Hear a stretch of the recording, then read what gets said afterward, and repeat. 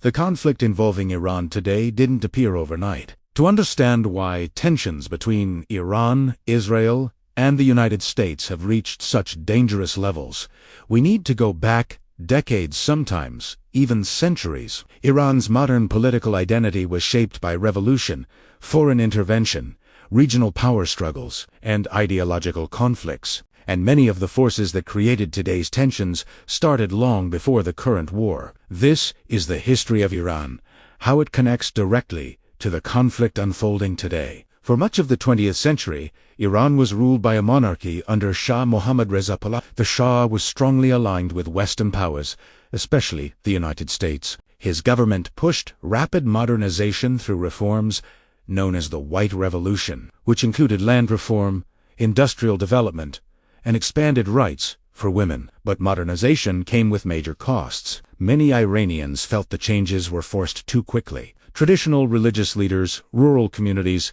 and working-class people felt left out of the economic benefits. At the same time, the Shah ruled through a powerful security apparatus that cracked down on political opposition. Foreign influence also played a huge role in shaping public anger. In 1953, a coup supported by U.S. intelligence helped remove Iran's nationalist Prime Minister Mohammad Mossadegh and strengthened the Shah's rule. That event left a lasting distrust toward Western intervention in Iranian politics. By the late 1970s, protests across Iran were growing larger and more intense, and the country was moving toward revolution.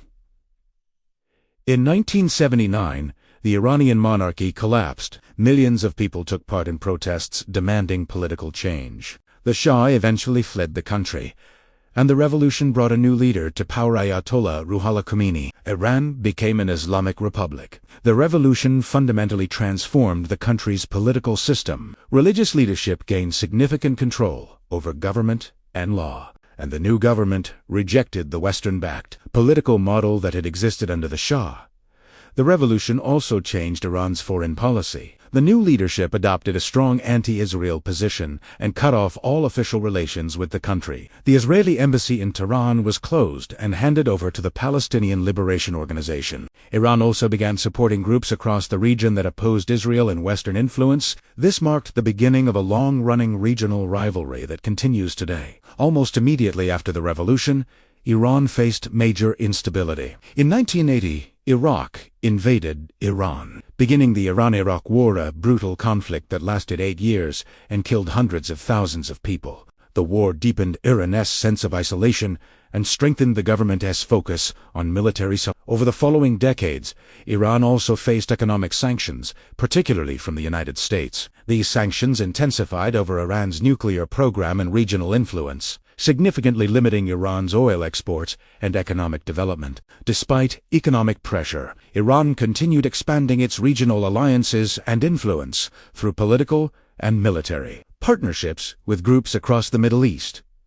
This strategy became known as a form of proxy conflict, where rival powers support different groups across the region instead of fighting directly. And one of the most significant rivalries in this system became the one between Iran and Israel. The hostility between Iran and Israel has shaped Middle Eastern geopolitics for decades. After the 1979 revolution, Iran openly rejected Israel's legitimacy and supported organizations opposed to it in Lebanon and elsewhere. Israel, meanwhile, viewed Iran's growing military capabilities and regional alliances as a major security threat. This rivalry played out across multiple countries, including Lebanon, Syria, Gaza, and Iraq. Rather than direct war between the two countries, the conflict usually took the form of cyber attacks, assassinations, airstrikes, and proxy battles. But in recent years, the confrontation has become more direct and more dangerous. Beyond geopolitics and military strategy, the conflict has had devastating consequences for civilians across the region. Airstrikes and military operations carried out by Israel, the United States, Iran, and allied forces have repeatedly caused civilian casualties in places like Gaza, Lebanon, Syria, and Iraq. Human rights organizations and international observers have documented that many of those killed in these conflicts have been civilians, including children, in densely populated areas. Bombing campaigns can destroy homes, hospitals, and schools, leaving families displaced and entire neighborhoods in ruins. Images of injured and displaced children have circulated widely around the world, becoming some of the most powerful and heartbreaking symbols of the war's human cost. At the same time, governments involved in the conflict often argue that their military actions target armed groups and strategic infrastructure, but critics say the scale of destruction raises serious humanitarian concerns and questions about the protection of civilians during modern warfare. These tragedies are one reason the conflict has sparked massive protests and debates around the world about foreign intervention, military alliances, and accountability in war. For many people, the conflict isn't just about strategy or politics. It asks about the lives of ordinary people caught in the middle. The tensions surrounding Iran today are not just about current events. They are the result of decades of revolution, foreign intervention, ideological conflict, regional rivalry, and geopolitical strategy. Understanding this history helps explain why the conflict is so complex and why resolving it will likely require more than just military action, because the roots of today's crisis go back generations, and the outcome will shape the Middle East for years to come.